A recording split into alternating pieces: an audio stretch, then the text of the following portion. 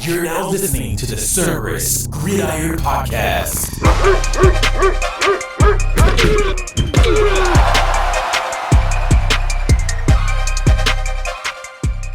And now your hosts, Christian and Kris, powered by Cerberus Fantasy Sports.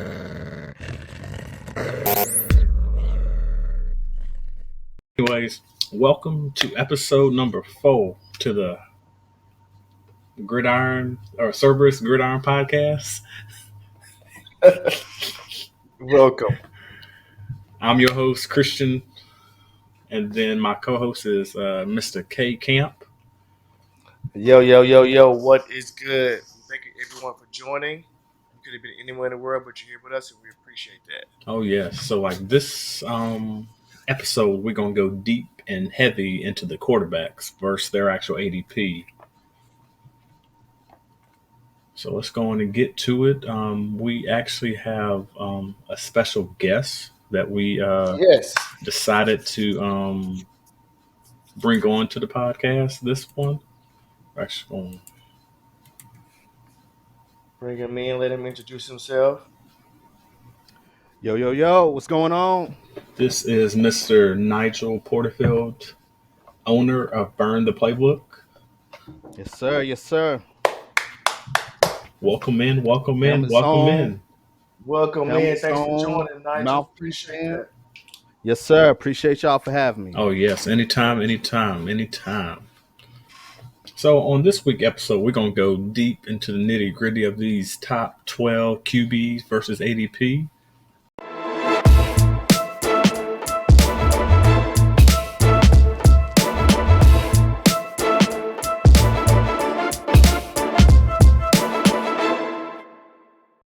Right now, the first one, we have Mr. Patrick Mahomes, which is actually at 21.5. He is underneath the underdog. We already know how good Patrick Mahomes is. Everybody already knows he's going to end up being drafted number 1 regardless, even if it is super flex, dynasty draft, because everybody wants that for sure thing. Then we got the rising up-and-comer Jalen Hurts, who is coming in at 25.2, and this is underdog's ADP. And at number 3, we have Josh Allen at 27.6. Then at 4, we have Lamar Jackson at 34.9. Then we got the straight cigar man himself, Mr. Joe Burrow, 45.4. Then we have this fresh young cat, Justin Fields, coming up. People think he's going to actually end up being top 5, maybe even top 3 this year, with the Mr. DJ Moore coming to his field just to play, and he's at 49 right now. Then we got Mr. Justin Herbert. Now that they got Kellen Moore, is he going to be able to take that next step to get his team deeper into the playoff run? And he's at 54.9. At number 8, we got Mr. Trevor Lawrence at 67.8. Mr. Golden Hair himself. Let's see if he's going to continue doing what he's been doing since he's been up in the AFC. At 9, I hate to interrupt, but it's like I can't even look at Trevor Lawrence without seeing the dude from Silence of the Lambs. Silence of the Lambs. It puts the lotion on its skin. The dude, you know who I'm talking about. Every time I see Trevor Lawrence, that's what I think about. My bad. I ain't mean to interrupt. Oh no, man. That's what I think about every time. That's good. It's been a minute since that's what you're talking about, though. Then at number 9, we got Mr. Deshaun Watson at 83.8. At number 10, we got Tua Tagovailoa at 94.6. Big arm Tua Tagovailoa right there. Right, yeah. Big arm. We got number 11, the rookie, Anthony Richardson at 99.3. At number 12, we got Mr. Dak Prescott at 102.1. And at 13, we have Mr. Kirk Cousins at 111.6. And then rounding it out, we have Mr. Daniel Jones, can't trip over his own feet himself, at 112.9. And then at 15, we have Geno Smith at pre-day ball. 114.2. Pre-day ball. So that's the top 15 right there. What do y'all guys actually think about some of those draft positions right there. So the one thing that I thought was interesting is the only rookie that made the list was Anthony Well, Richardson. that's I top thought that 15. was That's interesting. just the top 15. So that doesn't include like the rest of the, which Right. is what we're going to talk But about up in like a little bit, but it's just. he's going top 12 with the ADP, which Mm-hmm. is kind of surprising considering everything there is new. New coach, new system, It's, new is it everything. really And surprising so since people are trying to think that he's another Cam 2.0, which we already know that he is not a Cam 2.0, but right. he has some of the similar skill sets that like Cam I mean, has. he's got the traits, but Mm-hmm. with the traits, you also got to have the right. So with any quarterback, whether they're an athlete or they're a pocket passer or whatever, if you don't have the right coach to bring it out of you, it's not really going to matter. How athletic you are. You could just be running around. I mean, you think about Justin Fields' first year with Nagy, he looked like Well, trash, let's not Right. talk about and Nagy. so Nagy wasn't that good of a head coach now. exactly. But that's my point. So His point. Nagy couldn't get the most out of Justin Fields. So we don't know what this coach is going to be able to pull out of Anthony Richardson. Right. You got It's Shane Steichen that guy. right. Hey, according to what they've been saying about Anthony Richardson, everybody thought his actual bar, like his learning curve, was actually really low, but he's actually came and shocked like a lot of people now thus far. So, I would if I'm drafting, like if I'm doing a best ball or something like that, I would Mm-hmm. definitely take a shot at him. mhm. He Yeah. wouldn't be like my main guy, but I'd take a shot at him just for the upside because it's definitely Oh there. yeah, And who knows when he'll actually pull it all together. He could pull it all together, week 1 or 2. It might not be until week 10. We don't know. But if you got him on a best ball and he happens to hit you with one of those 80-yard, 2 rushing touchdowns and a passing touchdown game, that could be a playoff maker right there. So you never know. and you also got to look. But I definitely That's like around like the eighth and ninth round too. So right. that's actually like that might be Which like a steal though. Like it's depending on how you actually building your team. Yeah, it depends on your roster construction. Because so eighth and ninth round, what I've been doing in the leagues that I've been doing thus far, I've been trying to target more of my running backs there. Hmm. Mm-hmm. So it just depends on kind of how you built your team. If you happen to get all your some good running backs early on, then yeah, that's definitely a good place to grab them. But like I said, it definitely comes down to your team construction and your kind of your strategy and your mindset with things on how your philosophy on building teams. Okay. Right. So yeah, I was thinking, how was Jalen Hurts as a rookie? I was trying. Well, when he took over as a starting quarterback, he didn't play the whole season, did he? His rookie season, No. Played about 8 Yeah, he played games, like about right? a 8 games. like the back half. Yeah. So I'm just trying to thinking. We was talking about Anthony Richardson. How was he his rookie He year? I think Hertz was decent. I mean, he was like a kind of like a mid tier guy. Uh-huh. Like range of outcomes, like Justin Fields, even in his rookie year, even though he had the athleticism, he still wasn't much of a fantasy producer because he was getting killed behind the line. Right. So the offense wasn't moving, they weren't scoring. So even though he had all those traits, it's like he really wasn't doing nothing for you in fantasy. Now Indy and I might need to hold off on this because we might, if we're gonna go through all the quarterbacks, I don't Yeah, want to we're I gonna don't go want to say through too all much. we're gonna go through all the All QBs right, now. but Was yeah, it in all Indy, 32? Yeah, we're just gonna give them like an actual nice little. It's not that many. It's not as Okay. much as what you think. okay, all right, I'm gonna leave it right there. I'm gonna leave it right there for now. Y'all see how he does? He just gets you, just getting you on the edge. That daggone knowledge is coming out. That's why you got to go over and then check out Burn the Playbook, y'all. Right, the guide should be dropping soon. I got a little delayed with some summer stuff, so the guide should be coming out within the next month. Yeah, Okay. I can't wait to see that. I need to critique that. Oh yeah, I'm gonna get you a copy. I'm gonna make sure y'all got a copy. Okay. Bet. Appreciate that.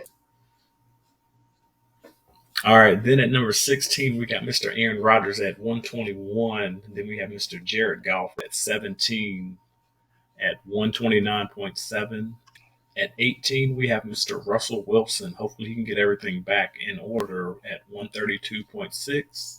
Number 19, we got Mr. Derek Carr. He's ready to move over there and make NFC South his team. The Saints at 146.2. At 20, we got Mr. Jordan Love taking over the over the reins from Mr. Aaron Rodgers at 153.2. At 2021, at 21, we have Matthew Stafford at 155.2. And at 22, we got Kyler Murray at 167.5. At 23, we got Mr. Kenny Pickett at 169.7. And then at 24, the next rookie just to join the field is Mr. Bryce Young at 177.8. Then right behind him, we got Mr. Irrelevant himself, Mr. Brock Purdy at 181.2. Then the next rookie decides to join, thanks to everybody on Underdog drafting him at rank 26, CJ Stroud at 189.9. Then we have Mr. Sam Howell at 27 at 195.5. At 28, we have Mr. Mac Jones at 201.9. And then at 29, we have Mr. Desmond Ritter at 206.9. And then at 30, we have Mr. Trey Lance at 207.3. So that's rounding out the top 30 QBs versus ADP. It's interesting that there are two 49ers quarterbacks on here, which means somebody got left, a few people got left off the list. Yes. We have a couple of honorable mentions coming up, too. Okay. Any thoughts about this 16 through 30, rounding off?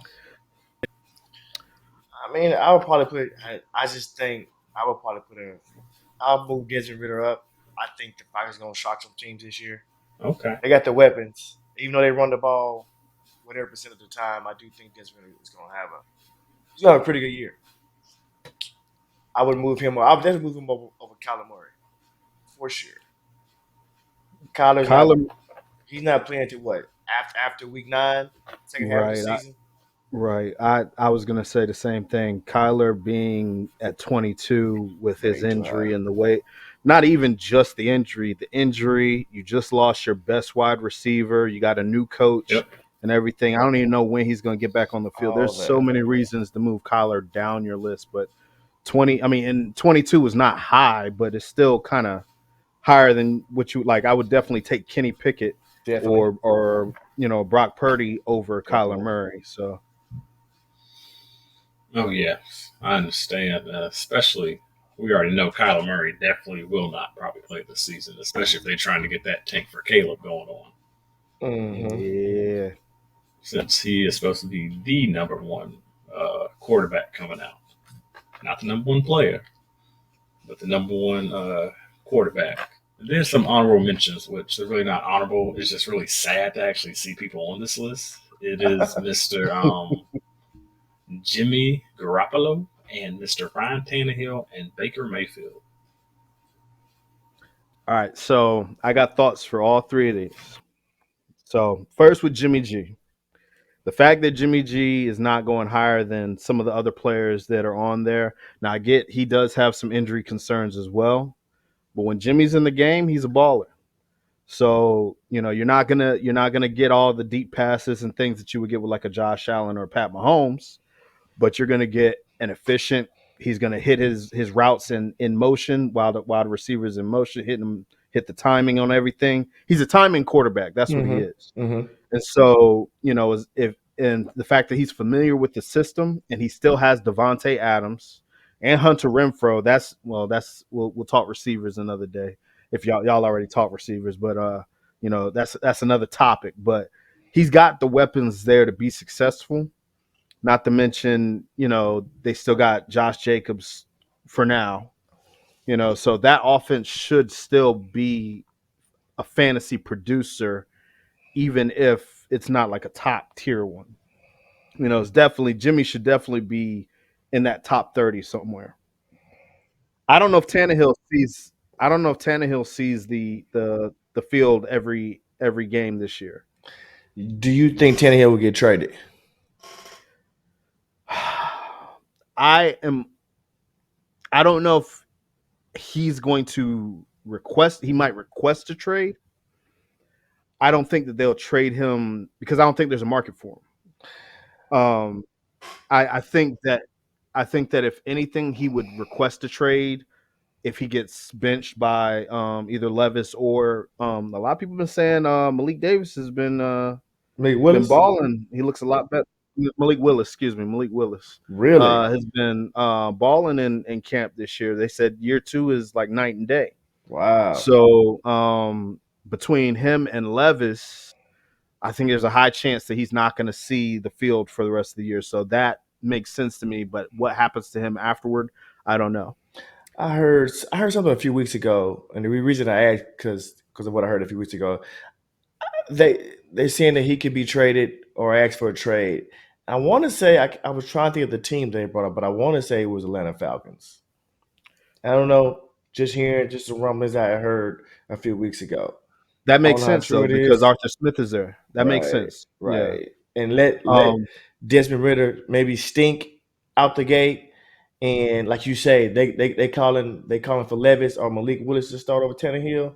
Let's say both stink out the gate, right? Mhm. Yeah. And the rumblings going around that the Tannehill's on a hot seat. Yeah. Yeah. I don't know. It's a long shot. He was on a hot seat last year.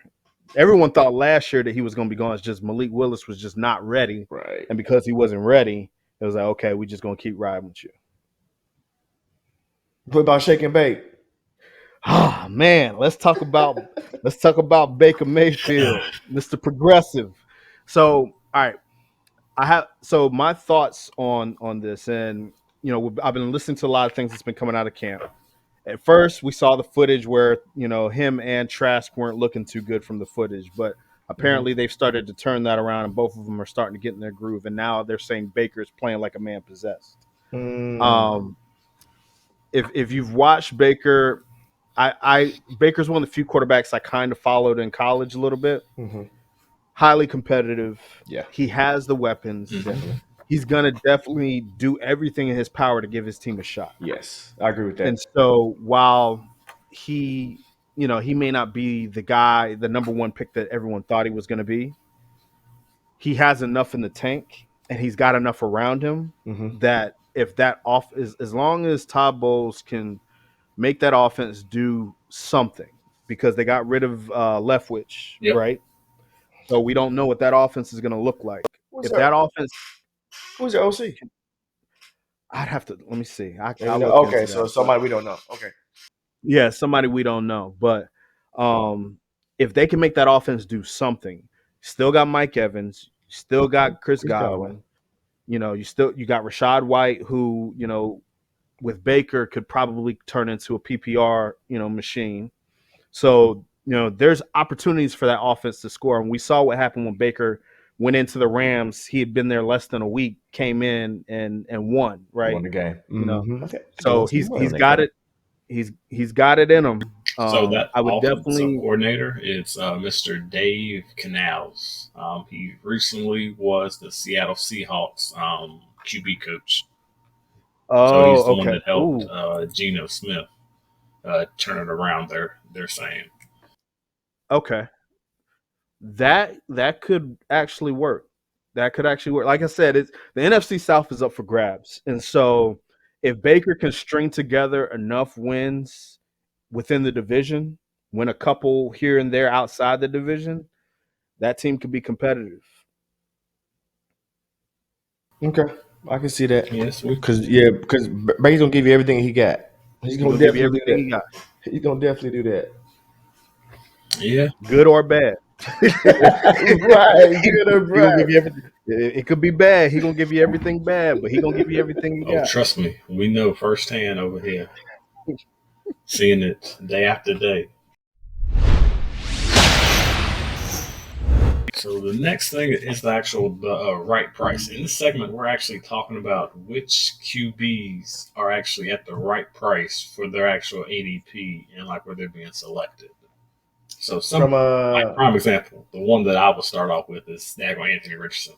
I think him going up in the 8th round is actually good based on if you're building based on the philosophy that I would end up going with, which would build my team heavy first and then try to get my QB later on.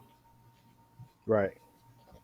And not saying like he's going to be my number one, but he might be the first QB taken. But then I might go back up in the back end and get like a Kirk Cousins or something like that. right, you have you got your ceiling guy, you have your floor guy. Yes, pretty much. So yeah, I got you.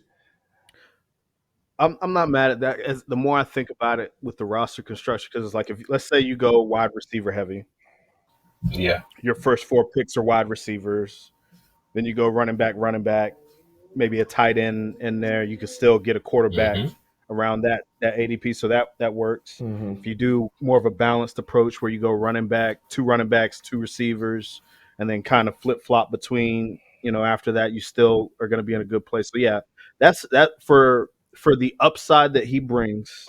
That's not a bad ADP to take him at. So I can get with that. So any other guys out there that you saw that might need that are at the right price? All right, so let's flip back to the ADP for the top 12 again.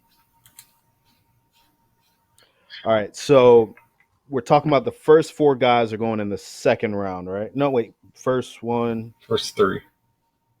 First 3, yeah. Okay. I believe we're gonna see a regression in Josh Allen. Couple reasons. We already saw it a little bit last year. Mm-hmm. He led the league in red zone turnovers last year. Was not secure with the ball. That actually cost me myself, because I had him in fantasy. Some points, but we don't know what's going on with this Stephon Diggs thing. Exactly. Yes. We have an idea. The team is saying, "Oh, everything's good. He understands his role on the team." We talked to him. It's all cleared away, but it's not cleared away. It hung around for a little bit too long, and then everyone witnessed Stephon Diggs cussing out Josh Allen on the sideline last year. We all saw that live. So we know that there's something there. And the frustrations may not be with him directly. It could be with the way the offense is being run. It could be with the way the offense is constructed. And based off of one report that we saw, he restructured his contract thinking that they were going to bring in DeAndre Hopkins. Mm-hmm. And then because they didn't bring in DeAndre Hopkins, and they still technically have the opportunity to do so, but, he wants someone on the other side of him who's going to help him get open. I'm sure he's tired of fighting off double teams every week and getting these passes forced to him every week. So, I could understand that frustration. And so we don't know how that's going to translate on the field. We don't know if he's going to, play a game and then all of a sudden say, you know what, I'm sitting. And he's a very passionate player, so I don't know what to expect from that type of thing. But as a quarterback, with the exception of Pat Mahomes, who seems to be able to throw to anybody, yes, you're only as good as your talent, who you're throwing to. And so if you don't have anyone you're throwing to, and not to say that Gabe Davis is not a good, number 2 receiver, but he's the number 2 receiver. We don't know what Khalil Shakir is going to be yet. So these guys, could they step in and keep that offense at the level it's going to be at? We don't know. And I think that just that amount of that insecurity there is enough to maybe, not saying, you take them 10 spots later, but, maybe take somebody like a Joe Burrow or a Lamar Jackson a little bit higher than Josh Allen, just because their situation is a little bit more secure. Like even though Lamar had a lot of off-season stuff that he was dealing with, right? The team was bought in. They brought him receivers, they got him a new OC. Like they invested in making sure he had what he needed. Whereas with Josh Allen's situation, it's still more up in the air. So I would probably move him down a couple spots, according to his ADP, based off of his ADP. Okay. What are your thoughts, Mr. Camp? Which one of these guys up in the top 15 do you think is actually being drafted at like a good spot? At a good spot. I mean, at a good spot. You talk about your boy I Joe Jones. you see, he's up there at 14. That's a good spot, around about 14. I give him anywhere from 12 to 14. I give him Let from me 12 to 14.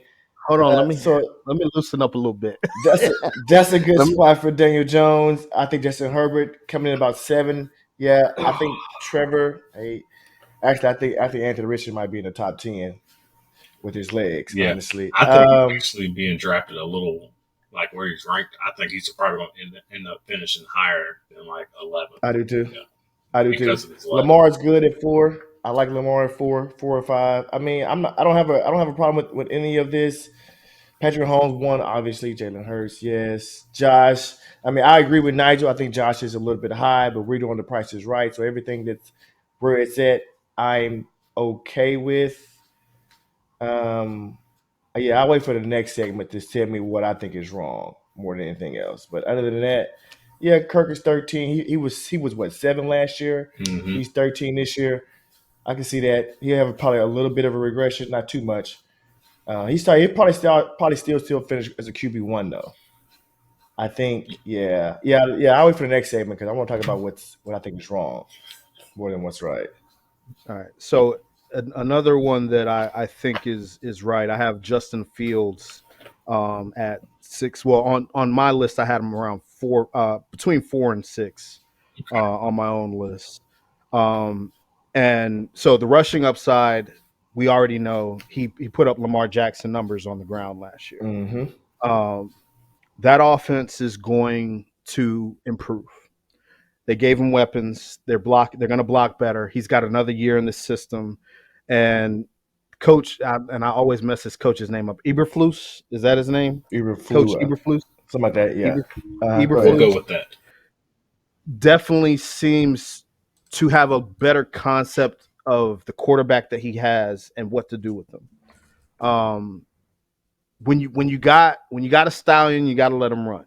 Sometimes you can't. I understand there's this mentality. You're only going to win in the pocket.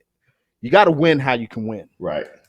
And sometimes if you don't have what it takes to drop back and throw it 40 times a game, everybody can't be Mahomes or Herbert or Burrow. Can't. You got to get creative with what you have. And the Bears, was it against the Vikings that they put up 40 points last year? No, it was the Patriots, wasn't it? It was the Patriots, I believe. They put up like 40 points. It came down to the wire and they lost like on the last drive or something like that. Mm-hmm. But I was like, okay, they've proven now that they know how to score. Because that's one of my metrics of a fantasy relevant quarterback is, can you score? And so if you can't score, it doesn't matter how many yards you throw for. If you're throwing for 4,000 yards every year, but you're ending with only 20 touchdowns, then you're not doing anything. Them garbage yards. Right. So if you have shown that you can score, that you can put points on the board, then now you got something to work with. Now you got something to build on.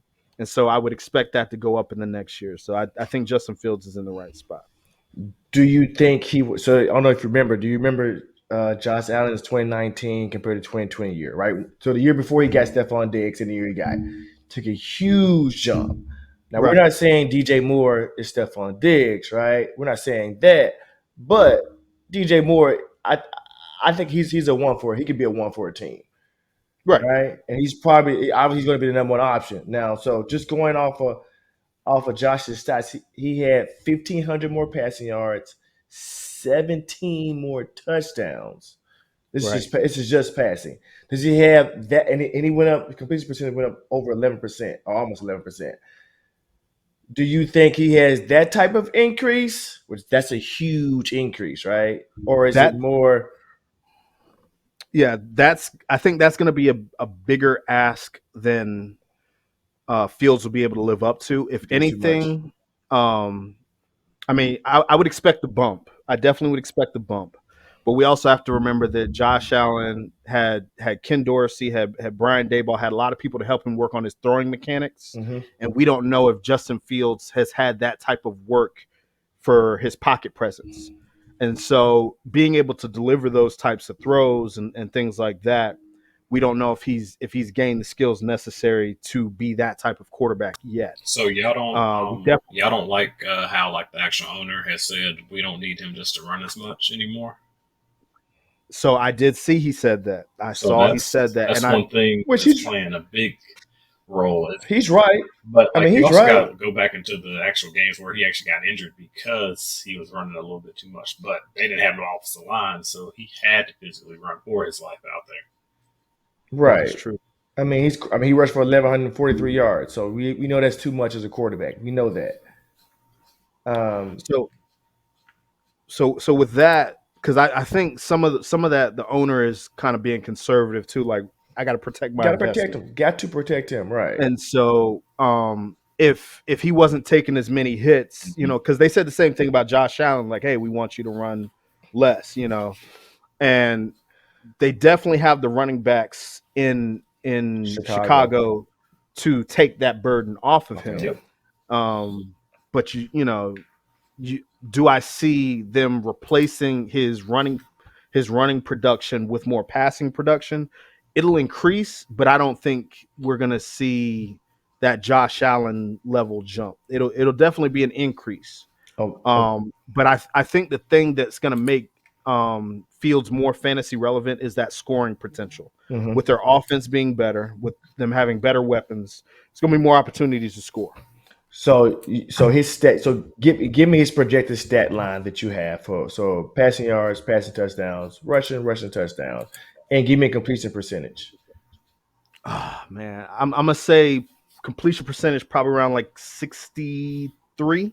Okay. 62, 63. Okay. He was 60 last year. What did he do past? He did 60 last year? Okay. He did 60 last year. He had 2,200 passing yards, 17 touchdowns, 1,143 rushing yards, and 8 touchdowns. I would say give him 3,200 passing. Mm-hmm. He's still gonna have that rushing element. So you're gonna probably get about seven rushing touchdowns. Okay. I'd give him 850 to 950 rushing. And how many passing touchdowns? He had 17. So this is going to be my my caveat, because they added DJ Moore. Mm-hmm.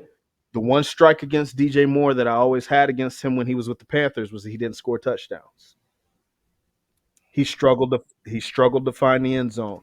If you go back over DJ Moore's year, I think the past 3 years he was in Carolina, he probably had like 4 touchdowns, 5 touchdowns, like over the past 3 years. Like, I don't think he had over 5 touchdowns for 3 years straight, which as a number one receiver is kind of hard to, but I think him being there may create opportunities, maybe not necessarily for him to score passing wise, but maybe we'll see an increase in like Khalil Herbert's, we might have some goal line touchdowns that go to the running backs. So the passing touchdowns, he had 17 last year, 17, you said? Yes.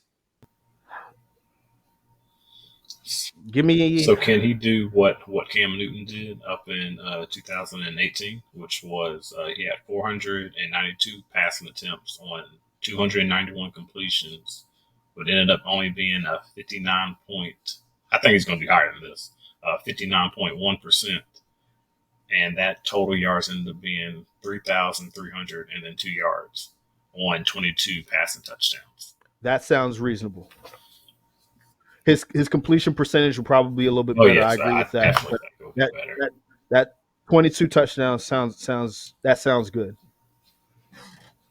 So let me say something. DJ Moore had 7 touchdowns last year. He had 7 last year. Yeah. That was his best year. It was last year, but previously he's only had 5, 4.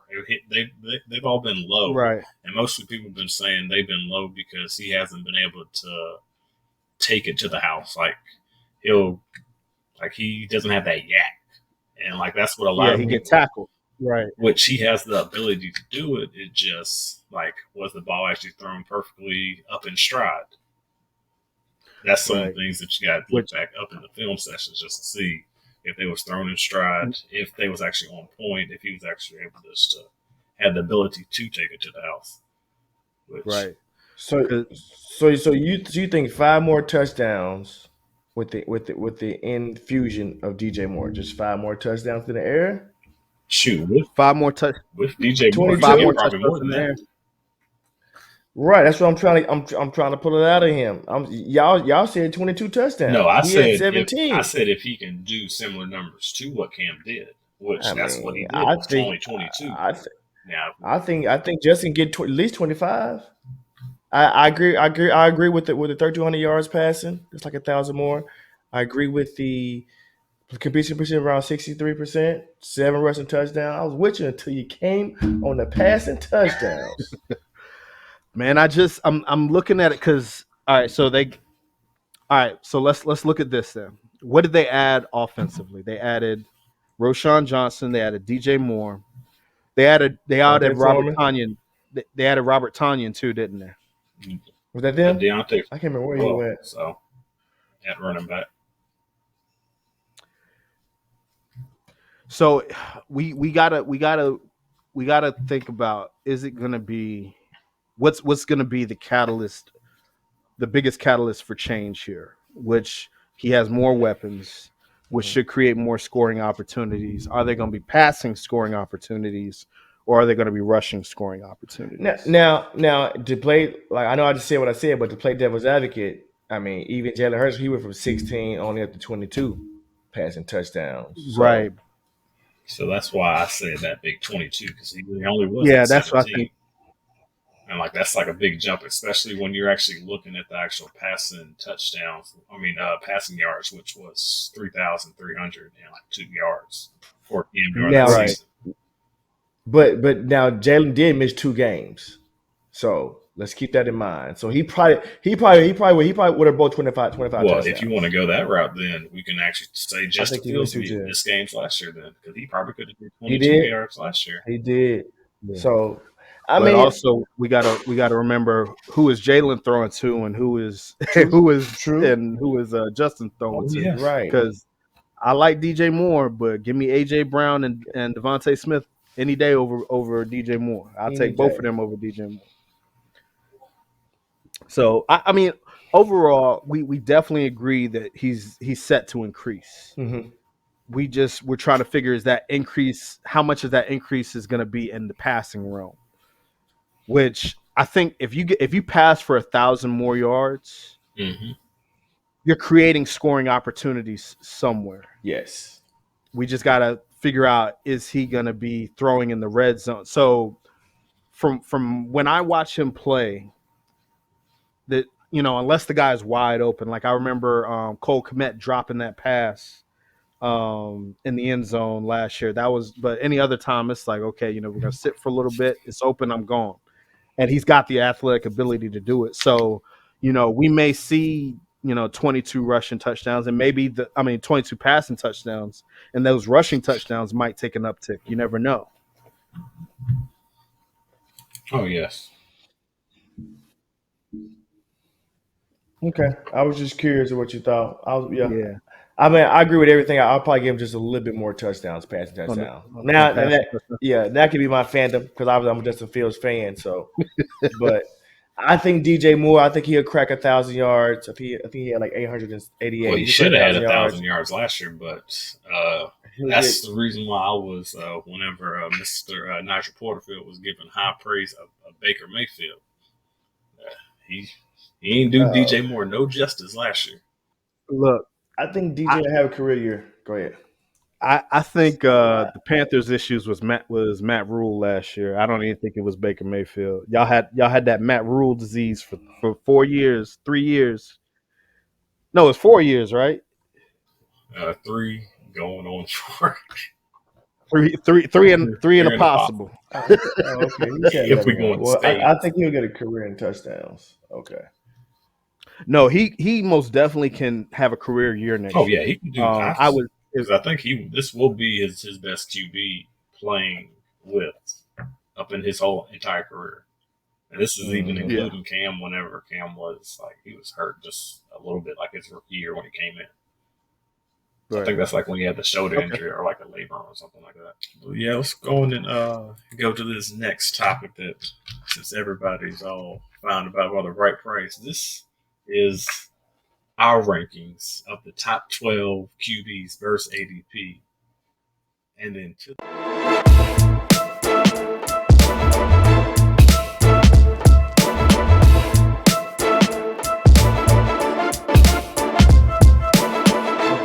Okay. from the left, and as of right now, they're actually since yesterday was 4th of July, the first 4 QBs are in red, and for Mr. Kris Camp, we have Mr. Joe Burrow is ranked number 1. Number 2 is Mr. Patrick Mahomes. Number 3 is Mr. Jalen Hurts.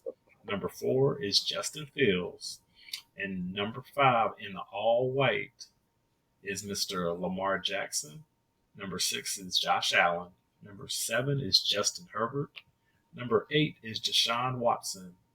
And number 9 in the blues is Anthony Richardson. Number 10 is Trevor Lawrence.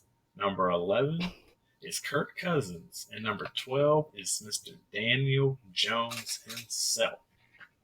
Danny made your list. Oh And man. Danny made my list. 12. Just barely. In parentheses, it should say if Saquon resigns.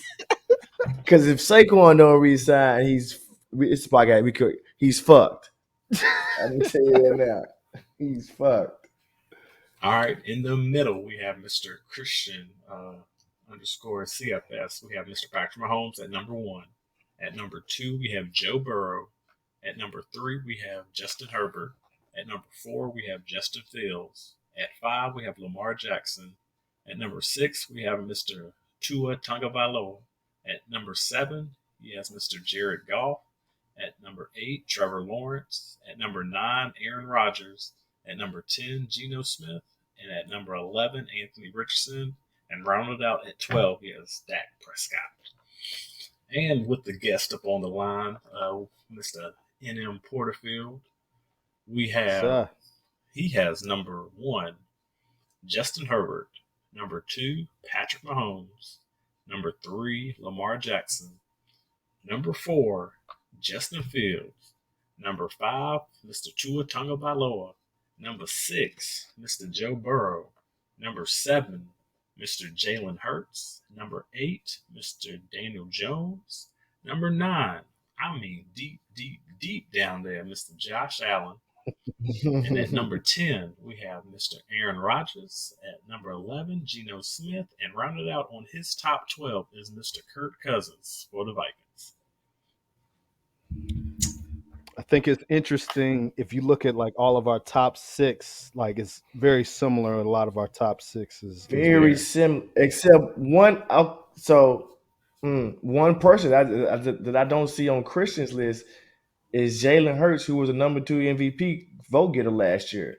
Right. Yeah. Like At all. Wait a minute. Not even top 12.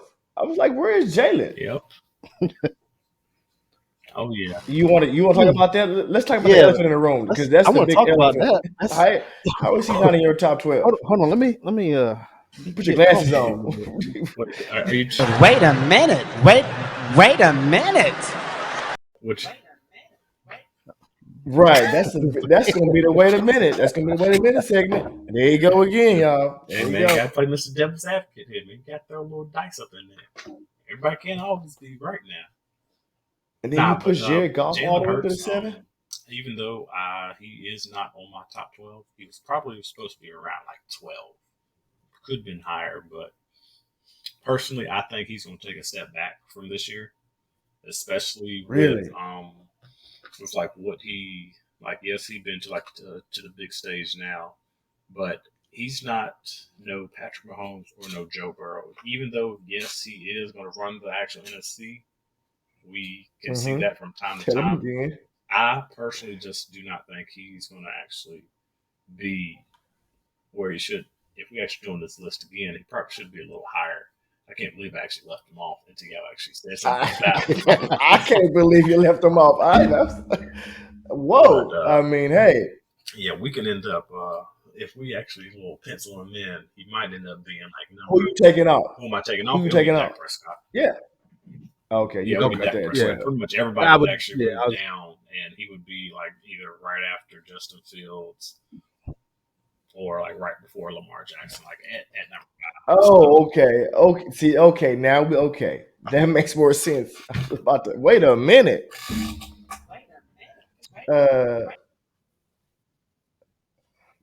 Okay. So I want to ask about Joe Burrow at number 1 for Kris. Joe Burrow number 1. I think Joe Burrow's gonna win MVP this year. Oh, that's your MVP guy. Okay. That's my MVP this year. I just think that so after his rookie year, right? This is his first full off season and not being injured, right? Because if you remember his second year in the league, his first year in the league, he got hurt, right? So he was nursing the ACL.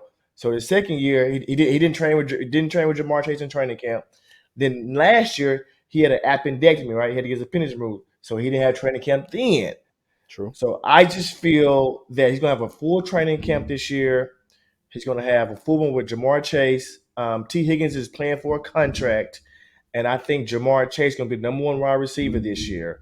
He's gonna overtake Justin Jefferson as far as he's gonna overtake Justin. I think he's better than Justin Jefferson. That's a thin line. We can debate that later, but I think he's gonna be the number 1 wide receiver this year in yards. Okay. In yards. And like so I think he missed 4 games last year, right?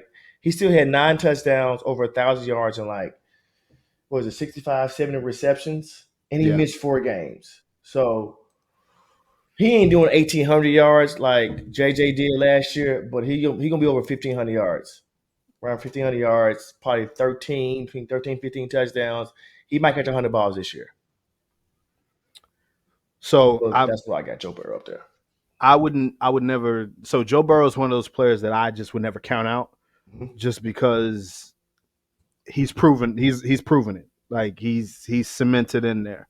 Like Joe Burrow and Justin Herbert, based off of the hype that Herbert came in with, you would think that their careers should be flopped, right?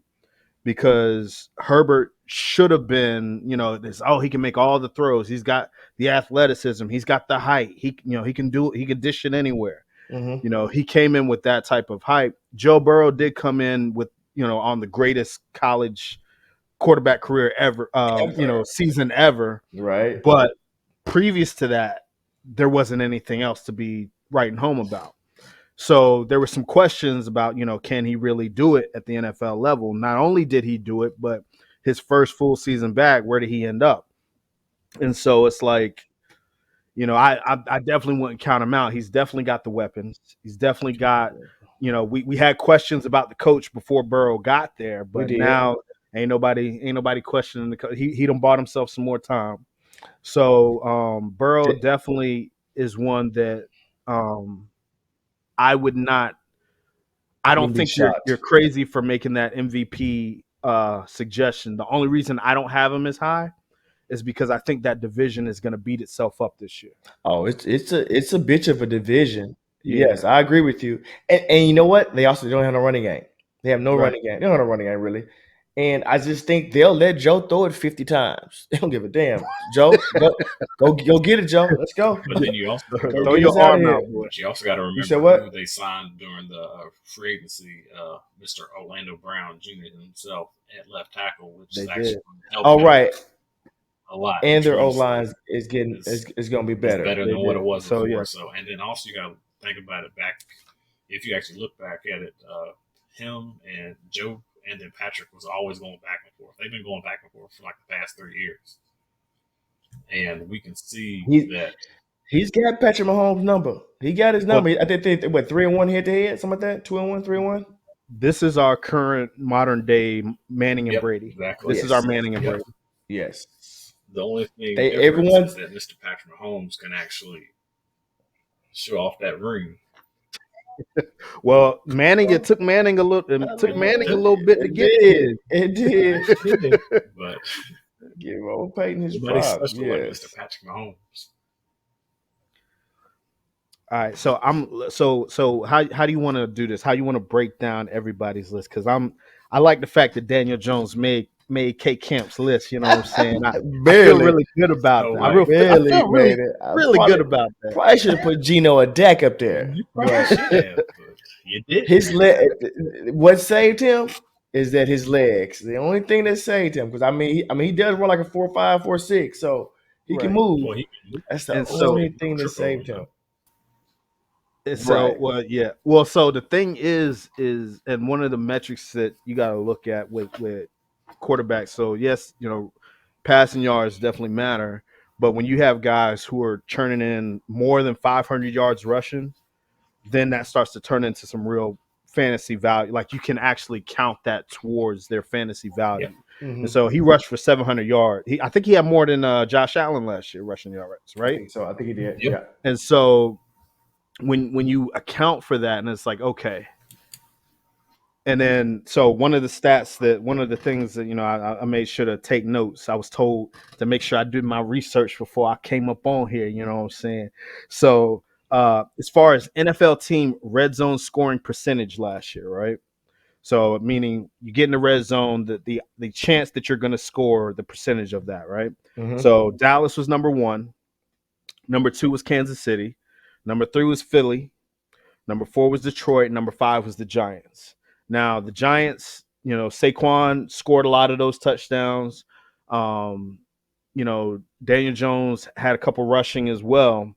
But the fact that they're getting in the red zone, and when they get there, it's going to turn into points, and you're bringing the same system, the same coach, the same quarterback, all that back, that should only improve. So now we know that we can score when we get in the red zone. We know that we can move the ball, get the ball down the field. So I was like, okay, with Daniel Jones, if they take any type of a leap or increase anywhere offensively, we should see him be a top 10 quarterback. So that's why I had him at like 8. I was like I think he rounded out around like 11 or 12 last year. He finished QB9. QB9, there we go. Yeah. So me having him at 8, I was like, I expect him to. I don't think he's going to be a top 5 quarterback. Although if he is, I definitely would be grateful for it because I got him in a couple leagues. Mhm. But a top 8 for his ADP, because he was going at what, 122 on his ADP. Yeah. At pick 122 or something like that. So Yeah, 122, 112. 112. Okay, so 112 is what, the 10th round, Roughly, yeah. 10th, 11th round.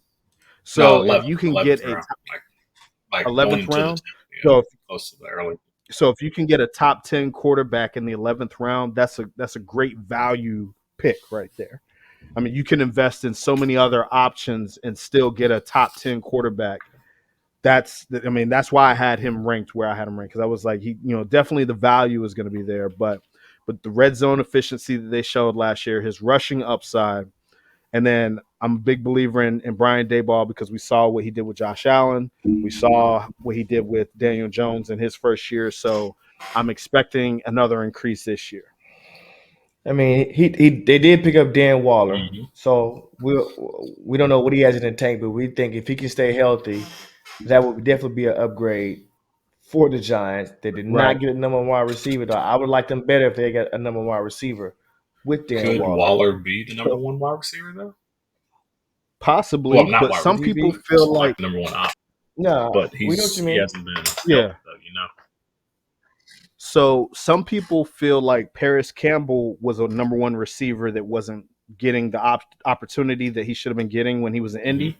Mm. A lot of people felt like he should have been a number 1 wide receiver. And when you check his stats, like he's got the build, he's got the pedigree and things like that. Like he should, but he's been hurt a lot. And health is wealth. So best ability is availability. I was about to just say that. Right. So, That's the number 1.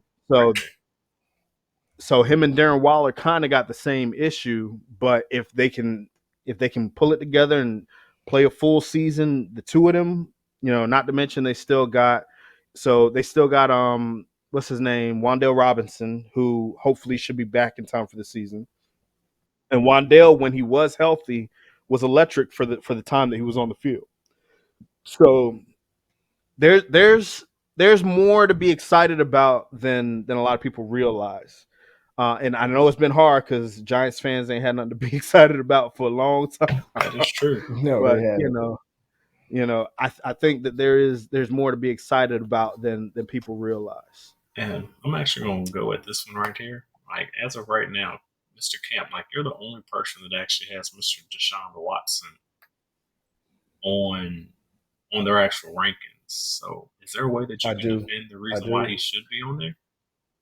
I think Defend yourself. I think Deshaun Watson. I think he has a bounce back year. Okay. Right. I think last year I think he paid after at week 11. He got all that rust off. He was out essentially 2 years. He got that rust off. And I think this year he's gonna bounce back close to being Deshaun Watson 3 years ago. They still got Amari Cooper. They picked up somebody from the Jets. What's his name? What's the slot guy? I'm talking about Elijah Moore. Traded for him. Picked up Elijah Moore. They picked up Elijah Moore. The offensive line is still good. Still ranked up. They got. I think that Njoku. They didn't just use him more because he has the talent. So yeah, I think Deshaun is going to shock some people, but I think he's going to back into Deshaun that he was 3 years ago. Okay. That is my gamble. Okay. Because, I mean, he's what, 28, 29? Yeah, he's still young. Right. Yeah. He's just a non-injured. I think this is it. He had a lot of rust he had to get off, and he's going to show y'all that he's back. So what are some stats that you can say he's going to end up giving us this year, since you're really good at projecting stats? Let me look at his last year. I give him, off the top of my head, I really want to look at his previous years. So in 2022 is when he came back from. He ended up playing for Cleveland, but if you want to talk about 2020, the COVID year, he terrible. threw for 4,823 yards on a 70.2 completion percentage, which ended up being 33 touchdowns and then 7 interceptions. That's when he led the league. So I would give it. He'll do over 4,000. He'll do 28 touchdowns this year. Over 4,000 yards, 28 touchdowns, completion percentage around 65. He's only 58 last year, 65. So yeah, 65% completion percentage, 4,200 yards. I gave him 28 touchdowns, 12 interceptions. He's gonna bounce back. Need to be writing this down. Okay. Because when the stats come close. Yeah, because, I mean, Geno did what, 4,200 yards? I think Geno had 30 touchdowns last year. Yeah, I give him 28 touchdowns, 4,200 yards. So he's going to be in Geno next year. 12 interceptions. He'll be in the Geno category next year. Yeah. Mm-hmm. I see both of y'all got Tua up there. I was getting ready to ask you about Tua, why you didn't have Tua up. I was getting ready to say, hey, why you ain't got Tua on there? Mr. Cannon Arm himself, yes. Right? I do not have Tua up there because I just think the man is one hit away. He one hit away from calling a career. I don't like it. He's never had a full year of being healthy since he was in junior high school. So that is true. So if it walk like a duck and it talk like a duck, it ain't a damn mongoose, in the word of Stephen A. Smith. I just see him getting hurt this year, missing some games. So I can't put him in I wanted to. If you see what I sent Christian, I was like, if it wasn't for his injury history, he'll be a top 8 quarterback for me. I don't know what because he got those 2 speed boys. You don't know? Okay. I just think he's gonna get hurt this year. I'm sorry. Everything you said is 100% valid, and between the ankles, the hip injuries, everything, and concussions. I ain't never seen somebody get concussed so easily. Not to say that taking an NFL hit is an easy concussion, but it just seemed like almost every time he got hit, and hit the ground hard, he was done. Yeah. Right, and we're watching every time he get hit, we clinch like, oh, is he gonna be hit? Man. So one of the things that Tua did in the offseason to combat that was he took some martial arts training. And so I know this sounds like a weird No, offshoot, give us but that. follow me on this. People do So crazy stuff in during martial off-season. arts, especially in things like jiu-jitsu and judo and stuff like that, one of the things that they first teach you how to do is how to fall properly. And so what they teach you to do is when you're falling, you tuck your chin and you slap your hands down to stop yourself from snapping your head back. So if you remember some of those bad hits that Tua had, his head snapped back, hit the ground, and the ground is more than likely what caused the concussion, not the initial hit. Yeah. Yep. So if he puts that into practice, that should minimize concussions. He's already going to be more prone to concussions because he's been concussed before. That's one of the weird things about the human brain is once you've been concussed before, it's easier for it to happen again. The chances of it happening again are higher. Mm-hmm. What I'm banking on here is one, the Dolphins and Tua are doing more to protect him, meaning getting him in the habit, training him to get rid of the ball quicker, get the ball out, or take off, one or the other. Quicker? He's got one of the fastest releases.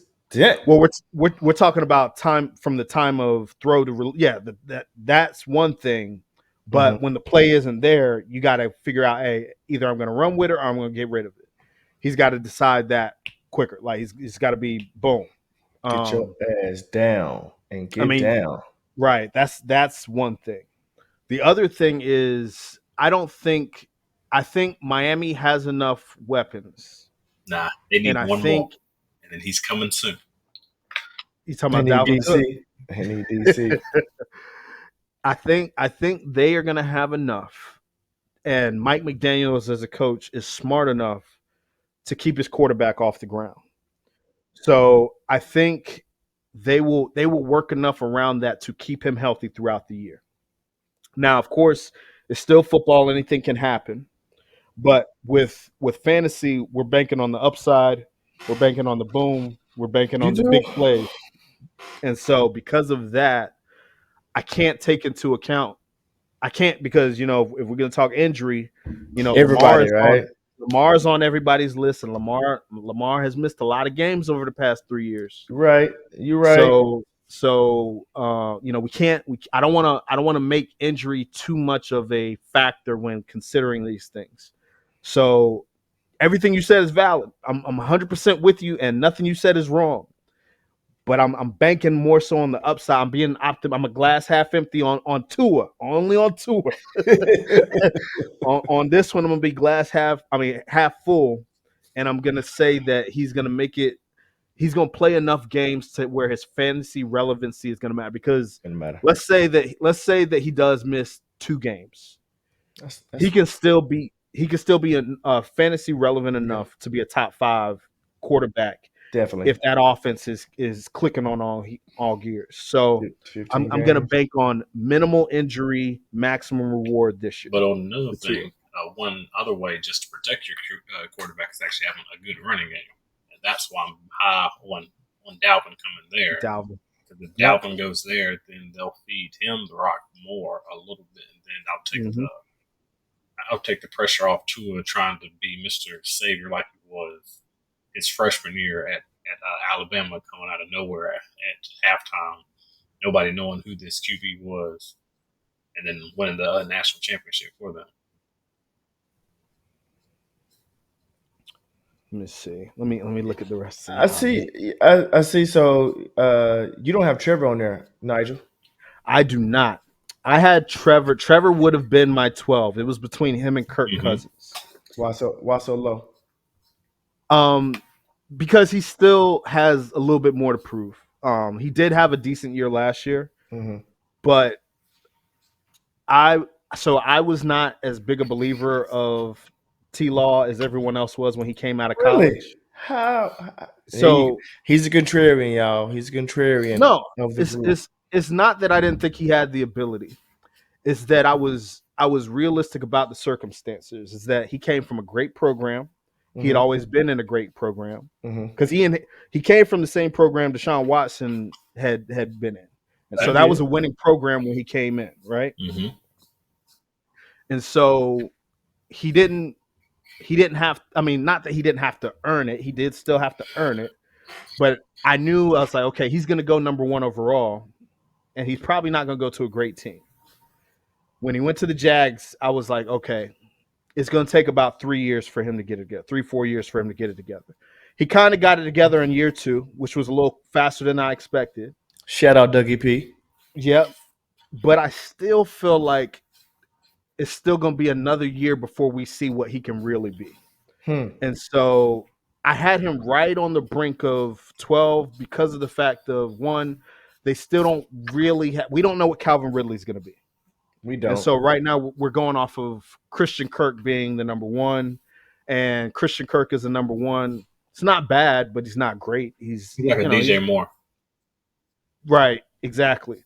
And so unless Trevor starts to develop a motor and start running a lot more than we expect him to, I just don't see him fantasy-wise scoring enough points to break the top 12. Well, and that's one thing that like a lot of people don't realize too with Trevor is that he actually does have the legs to actually run. He does. He can move. Yes, he can. 6'2". He just doesn't choose to. Yeah. Right, exactly. And so, like, when I look at my bottom 3 guys, right, and it's like, okay, Aaron Rodgers, we know what Aaron Rodgers can do. Yeah. He just needs the weapons. He's got the weapons. Yeah, he's going to have he's going to be in a good situation overall. Geno Smith is going to have probably the best receiving core in the league. True. I mean, I don't think many people would argue with that. And then Kirk Cousins, even though he did lose Dalvin Cook, he's still going to have Justin Jefferson, and now he's got Jordan Addison. And so it's like I don't see him taking too much of a step back. And so I didn't see enough in the offseason. Just the addition of Calvin Ridley is not enough to make him a QB1 for me. Now, if he did push into that realm, I wouldn't be surprised because I think he is a talented quarterback. But I thought the situation he walked into, it was going to take him longer. I know a lot of people said, like, oh, Trevor Lawrence going to come in. He'll be in the Super Bowl in 2 years. No. I had the Jaguars was not a good team. Right. Well, I have a brother-in-law who we're close to South Carolina. My brother-in-law lives in South Carolina, so he was a Clemson fan, I believe. And, so he just thought like, oh, yeah, just Urban Meyer. You know who Urban Meyer? I know who Urban Meyer is. I know Urban Meyer in the NFL ain't the same as Urban Meyer in college. Now. Right. We all seen that. And so I'm actually surprised that his growth as a quarterback wasn't stunted more from the time that he had with Urban Meyer. I actually expected him last year to be a lot worse than he was. I thought it was going to take a year of undoing what Urban Meyer had done. That offense was putrid. Like, and Trevor looked putrid. He did. If you remember that rookie year, he looked bad. Like other rookie quarterbacks. Right, exactly. That's what it made me think. I was like, this is the one. This was the savior of football because people been talking about since Trevor he was since freshman year, his freshman year. Mm-hmm. And so when you thought about that and what he brought, bringing that into the pros, I was like, I don't know if he's gonna be that. It's not that I didn't think he was gonna be good because I obviously had seen him play. Like he's good, but I don't know if he's gonna be what everyone thought he was going to be. And so right now he's lived up to the expectations of what I thought is like, it's going to take him some time. Mm-hmm. Now, if we talk 2 years from now, could Trevor Lawrence be if you were to say he's a top 5 quarterback, I wouldn't argue with you. That's possible. It's highly possible. But I think it's going to take a little bit more time, and it's probably going to take a wide receiver that's a bit stronger than Calvin Ridley or Christian Kirk to really take him there. More pure number one. Yeah, like if he got that Stephon Diggs type player, I could see him making that type of leap. Next year they get one of the boys from Ohio State. Right. Somebody else I'm missing. Don't let them. Well, I don't think they're gonna get one of them. Especially, I think the Jags are actually going to be better this year.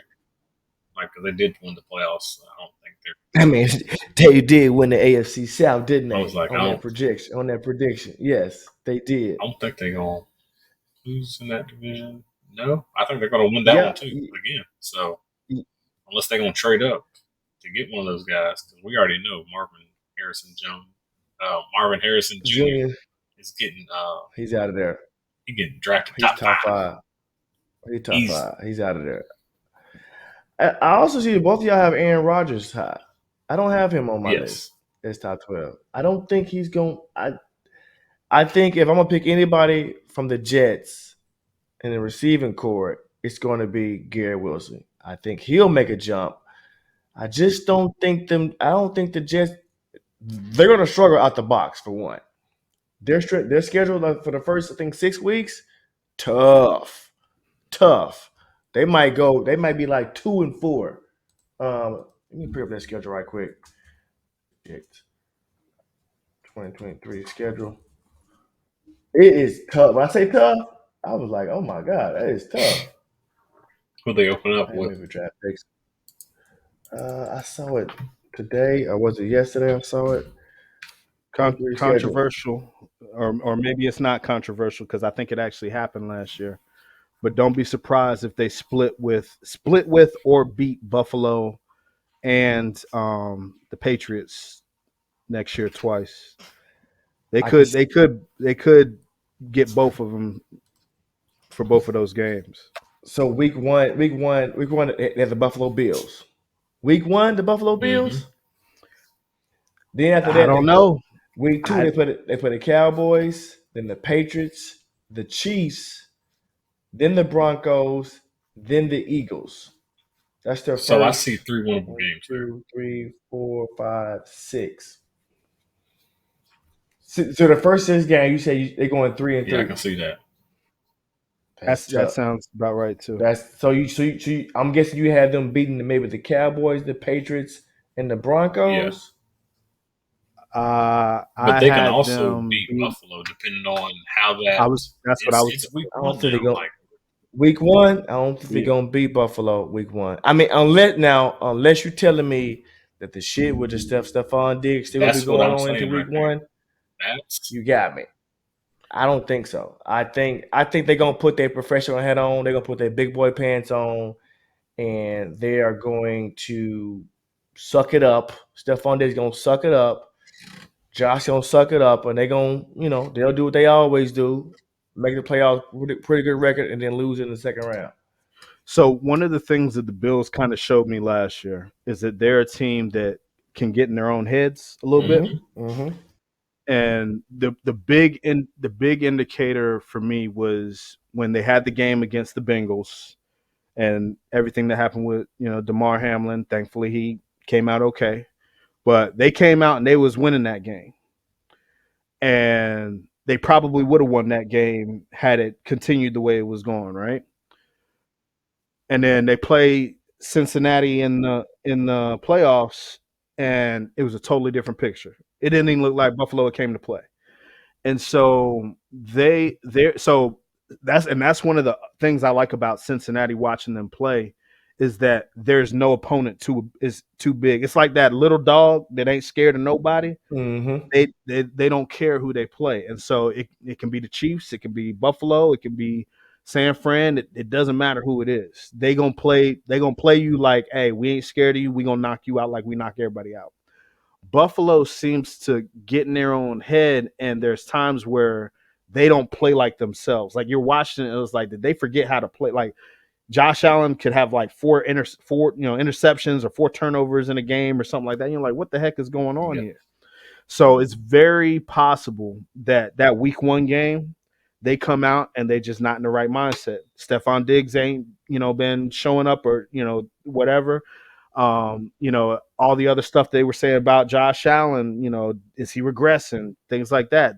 I don't know what changes were done in the offseason to make the team better. I don't know if they had a kumbaya come to Jesus meeting and said, hey, we got to remember who we are. Because one thing, so I talked about this with Fred, Fred.